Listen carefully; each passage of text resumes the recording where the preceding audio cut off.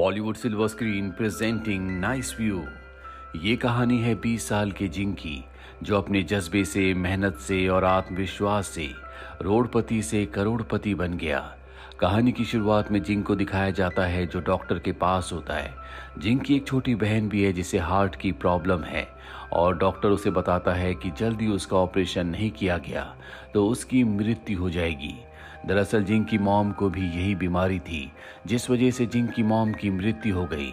उसके पिता उसे छोड़कर चले गए और अब वही अपनी छोटी बहन का गार्डियन है। जिंग की एक छोटी सी मोबाइल रिपेयर की शॉप है और यहीं से उसकी गुजर बसर होती है। एक दिन जिंग का दोस्त जो कि वेयरहाउस में काम करता है, जिंग को अपने वेयरहाउस में बुलाता है, जहां वो एक कपड़े को हटाकर उसे बॉक्सेस का एक पहाड़ दिखाता है। वो बताता है कि इनके अंदर सेकंड हैंड मोबाइल्स हैं। जो इस कंपनी का, इस वेयरहाउस का ओनर था, उसे जेल हो गई है, इसीलिए अब इस पर किसी का अधिकार नहीं है। अगर तुम चाहते हो कि मैं तुम्हें ये सारे के सारे मोबाइल्स दे दूं तो इसके बदले तुम्हें मुझे 1 लाख रुपए देने होंगे। जिंग के पास 1 लाख रुपए नहीं है, लेकिन वो ये भी चाहता है कि वो इन सभी मोबाइल्स को खरीद ले जिनमें माइनर सी प्रॉब्लम है, ताकि इन सभी को रिपेयर करके वो अच्छे खासे पैसे कमा सके और अपनी छोटी बहन का ऑपरेशन करवा सके। अब वो सारे मोबाइल्स तो नहीं, लेकिन 1-2 मोबाइल लेकर घर वापस आ जाता है। वो एक मोबाइल को रात भर ठीक करता और फाइनली उसे ठीक करने में कामयाब हो जाता है। अगली सुबह वो बैंक जाता और लोन के लिए अप्लाई करता है। इसके बाद वो एक मॉल में जाता है जहां पर एक शॉप है जो सेकंड हैंड मोबाइल्स को सेल करते हैं। यहाँ पर जिंग उस शॉप ओनर को अपना मोबाइल दिखाता है जो कि बहुत ही अच्छी कंडीशन में होता है, उसमें कोई भी प्रॉब्लम नहीं होती। जिंग शॉप ओनर को बताता है कि मेरे पास वेयरहाउस में इस तरह के बहुत सारे मोबाइल्स हैं जिन सबको मैं रिपेयर करके तुम्हें दूंगा। हम दोनों अच्छा खासा पैसा कमा सकते हैं। इन दोनों के बीच में डील फाइनल हो जाती है। जिंग अपने प्रॉफिट को कैलकुलेट करता है, जिससे उसे पता चलता है कि अगर उसने सभी मोबाइल्स को सेल आउट कर दिया तो उसे बहुत प्रॉफिट होगा, जिससे न सिर्फ वो अपनी छोटी बहन के ऑपरेशन को करवा सकता है, बल्कि उसकी फाइनेंशियल कंडीशन भी पूरी तरह से सुधर जाएगी। जिंग को बैंक से भी लोन मिल जाता है जो उसकी शॉप के अगेंस्ट उसे मिला होता है। अब उसने सभी मोबाइल्स खरीद लिए हैं। 2 हफ्ते बाद जबकि वो कुछ मोबाइल्स बेच चुका है, एक दिन उसे पता चलता है कि गवर्नमेंट ने अब नया रूल निकाला है कि कोई भी सेकंड हैंड मोबाइल को नहीं बेचेगा। वो मॉल में शॉप ओनर के पास जाता है। शॉप ओनर उसके मोबाइल्स लेने से मना कर देता है क्योंकि ये गवर्नमेंट का रूल है। और अब जिंग पूरी तरह से फंस चुका है क्योंकि उसके पास जितने भी फोन्स हैं, ना वो उन्हें किसी को बेच सकता है, ना ही कोई खरीदेगा, क्योंकि ये सब अब इलीगल हो चुका है। अब जिंग उसी कंपनी में जाता है जिस कंपनी की फोन्स उसके पास हैं। वो कंपनी के मैनेजर से मिलता और कहता है कि मुझे पता है कि सेकंड हैंड फोन्स बेचना खरीदना इलीगल हो चुका है, लेकिन मेरे पास तुम्हारी कंपनी के हजारों फोन्स हैं जिनके पार्ट्स हम निकाल कर दूसरी कंट्री में सेल आउट कर सकते हैं, जिससे हमें बहुत फायदा होगा। मैनेजर कहता है कि ऐसा पॉसिबल नहीं है, क्योंकि जब तुम पार्ट्स को लेकर आओगे तो QC में यानी कि क्वालिटी चेक में फेल हो जाएंगे। जिंग कहता है कि मुझे अपने आप पर विश्वास है, मैं जानता हूं कि मैं पार्ट्स को बहुत ही सावधानी से निकाल सकता हूं और क्वालिटी चेक में वो पास हो जाएंगे। मैनेजर कहता है कि ठीक है, अगर क्वालिटी चेक में पास हो गए तो हम देखेंगे।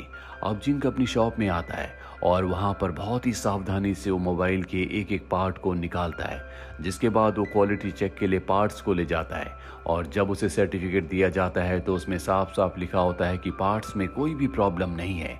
जिंग अब बहुत खुश हो चुका है, इसीलिए मैनेजर के पास एक बार फिर से जाता है और कहता है कि मैंने जो भी पार्ट्स निकाले थे वो क्वालिटी चेक में पास हो गए। लेकिन अब मैनेजर अपनी बात से मुकर जाता है। वो कहता है कि मैंने सिर्फ तुम्हें क्वालिटी चेक करवाने के लिए कहा था, मैंने ये नहीं कहा था कि हम तुम्हारे पार्ट्स को बेचेंगे। ये सुनने के बाद जिंग हाओ का दिल टूट जाता है, क्योंकि उसने बहुत मेहनत की थी और वैसे भी उसका सब कुछ दांव पर लगा हुआ है, क्योंकि उसे बैंक का लोन चुकाना है जो कि उसने अपनी दुकान को गिरवी रखकर बैंक से लिया है। अब जिंग इसी कंपनी के ओनर के पास जाता है। वो उनसे बात करना चाहता है, लेकिन उन्हें ट्रेन पकड़नी होती है, इसीलिए उन्हें लेट हो रहा होता है। वो जिंग से बात किए बिना वहां से चले जाते हैं। जिंग हाओ भी उनका पीछा करता और स्टेशन तक पहुंच जाता है और इससे पहले कि ट्रेन निकल जाती, जिंग हाओ भी उस ट्रेन को पकड़कर उनके सामने बैठ जाता है। वो कहता है कि मैं आपका टाइम वेस्ट नहीं करूंगा, मुझे सिर्फ आपके 5 मिनट चाहिए। मैं आपकी कंपनी की मोबाइल जो मेरे पास हजारों की मात्रा में है उनके पार्ट्स निकालूंगा जिन्हें हम इंटरनेशनल मार्केट में बेच सकते हैं। मैं पहले ही आपकी कंपनी के मोबाइल के पार्ट्स निकालकर उनका क्वालिटी चेक करवा चुका हूँ ओनर कहता है कि ये बहुत मुश्किल है, वैसे भी इस काम में मैं तुम्हारी मदद नहीं करूंगा, ना ही तुम्हें फाइनेंशियली और ना ही वर्कर के थ्रू मदद करूंगा। जो तुम्हें करना होगा खुद करना होगा। जब भी तुम्हारा काम पूरा हो जाए मेरे मैनेजर को कॉल करना। वो उसे काट देता और वहां से चला जाता है। और अब जिंग किसी भी कीमत पर उन सभी मोबाइल्स के पार्ट्स को निकाल कर कंपनी को दिखाना चाहता है, जिसके लिए उसे टीम चाहिए। उसे एक जगह चाहिए जहां पर वो सभी मोबाइल्स को रख सके, जहां पर उसके लिए लोग काम कर सके। लेकिन सबसे बड़ी प्रॉब्लम ये होती है कि उसके पास बिल्कुल पैसे नहीं बचे। साथ ही अब जो उसकी दुकान थी जिसके अगेंस्ट उसने बैंक से लोन लिया था, वो भी उससे छिन जाती है क्योंकि वो लोन चुका नहीं पाया। जिंग के पास बिल्कुल पैसे नहीं है, इसीलिए उसे अपने स्कूटर को भी बेचना पड़ता है। उसे पैसों की जरूरत है, इसीलिए वो अपने दोस्त के पास जाता है जो एक फैक्ट्री में काम करता है। जिंग उसके पैर पकड़ लेता और कहता है कि मुझे काम की जरूरत है। उसका दोस्त उसे विंडो क्लीनिंग के काम में लगा देता है, यानी कि उसे हवा में लटक कर विंडोज को साफ करना होगा। और अब जिंग के पास जितने भी मोबाइल है वो एक जगह रेंट पर लेकर उसकी कंडीशन पूरी तरह से ठीक करके उन सभी मोबाइल्स को वहां पर ले आता है ताकि उन्हें रिपेयर किया जा सके, उनके पार्ट्स को निकाला जा सके। लेकिन काम करने के लिए उसे हेल्पर्स की, वर्कर्स की जरूरत है, क्योंकि अकेले वो इतने सारे काम नहीं कर सकता। सैलरी देने के लिए उसके पास पैसे नहीं है, इसीलिए वो तय करता है कि वो ऐसे लोगों को ढूंढेगा जिनके पास काम नहीं है, जिनके पास पैसे नहीं है और जो इसी इंडस्ट्री में पहले काम कर चुके हैं।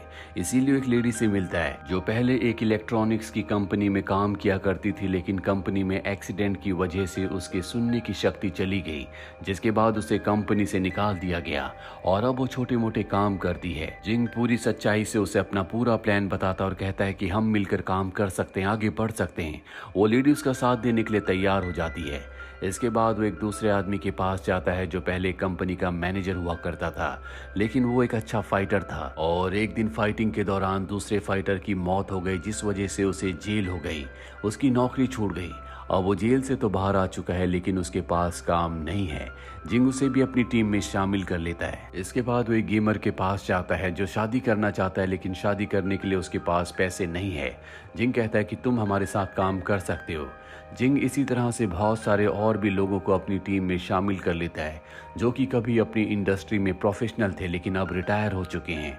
इस तरह से जिंग अपनी पूरी टीम बना लेता है और अब सब मिलकर दिन रात मेहनत करके काम करना शुरू कर देते हैं। ये अपनी कंपनी का नाम रखते हैं नाइस व्यू।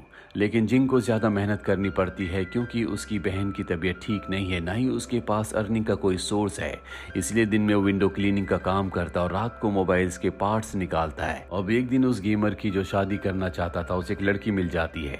जिंग अपनी बहन के साथ उसकी शादी में जाता है और जब वो शादी से अपने घर वापस आता है तो उसके ओनर ने लिखा होता है कि तुमने 3 महीने से किराया नहीं दिया, जब तक तुम किराया नहीं दोगे तुम्हें घर के अंदर एंट्री नहीं मिलेगी।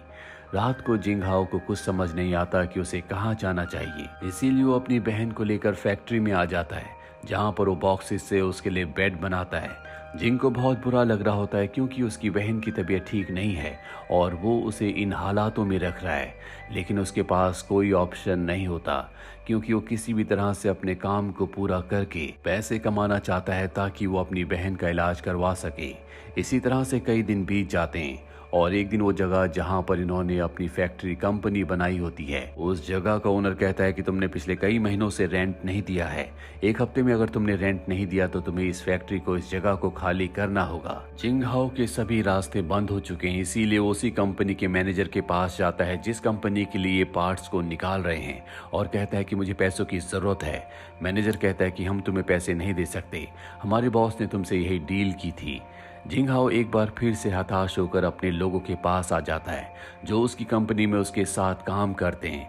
वो कहता है कि आज तक मैंने तुम्हें एक भी पैसा नहीं दिया, मुझे नहीं पता कि मैं तुम्हें पैसे दे पाऊंगा भी या नहीं, क्योंकि मेरे पास खुद पैसे नहीं है। बस एक सपना है, आगे बढ़ने की चाह है, जज्बा है और अब हमें इस फैक्ट्री को, अपनी कंपनी की जगह को भी खाली करना होगा। उसके साथ ही उसका साथ देते हैं और यहाँ से सारा सामान अपने अपने घर ले जाते हैं और अब सब अपने घर से ही काम करना शुरू कर देते हैं। लेकिन जिंग के पास कोई भी घर नहीं है, वो तो अपनी बहन के साथ अपनी कंपनी, अपनी फैक्ट्री में सोया करता था जो जगह अब इनसे छिन चुकी है। इसीलिए वो एक नर्सिंग होम में रहना शुरू कर देता है जहाँ दिन में तो विंडो यानी कि ग्लासेस को क्लीन करने का काम करता है और रात में मोबाइल पर काम करता है। उसे नहीं पता कि अच्छे से सोना क्या होता है। 2 हफ्ते और बीत जाते हैं और इनके पास लगभग जितने भी मोबाइल थे उन सभी के अच्छे अच्छे जो स्पेयर पार्ट्स होते हैं वो निकाल लेते हैं और अब उन सभी पार्ट्स को एसएनई कंपनी में क्वालिटी चेक के लिए भेज दिया जाता है। कुछ दिनों बाद इन सब को बुलाया जाता है। ये सब कंपनी के ओनर के ऑफिस में जाते हैं, जहां पर कंपनी का ओनर इन सब को बताता है कि तुमने बहुत अच्छा काम किया, तुमने जो भी पार्ट्स निकाले उन्हें क्वालिटी चेक के लिए भेजा गया और वो सब के सब पास हो गए, इसीलिए मैं तुम्हें 2 साल का कॉन्ट्रैक्ट देना चाहता हूँ। ये सुनकर जिंग और उसके जितने भी दोस्त होते हैं वो सब के सब बहुत खुश हो जाते हैं, क्योंकि जिंग के पास एक यही रास्ता था कि वो पैसे कमा सके, अपनी बहन के ऑपरेशन को करवा सके। जल्दी जिंग के पास अच्छे खासे पैसे आ जाते हैं। वो अपनी बहन का ऑपरेशन करवाता है, जिससे उसकी बहन पूरी तरह से ठीक हो जाती है। देखते ही देखते 6 साल बीत जाते हैं। 6 सालों के बाद दिखाया जाता है कि वो कंपनी जिसका नाम इन्होंने नाइस व्यू रखा था, अब वो बहुत बड़ी कंपनी बन चुकी है और जिंग उसका सीईओ है, जो कि अपने आप में एक रिकॉर्ड भी है, क्योंकि वो वर्ल्ड का सबसे यंगेस्ट सीईओ बना है। जिंग अपनी जिंदगी में आगे इसलिए बढ़ पाया क्योंकि उसकी आंखों में सपने थे, उसके अंदर जज्बा था, उसके अंदर एक उम्मीद थी, और जिस भी इंसान के अंदर ये सब चीजें होती हैं उसे कोई नहीं रोक सकता। तो ये थी पूरी कहानी फिल्म नाइस व्यू की। उम्मीद करते हैं कि ये कहानी आपको पसंद आई होगी।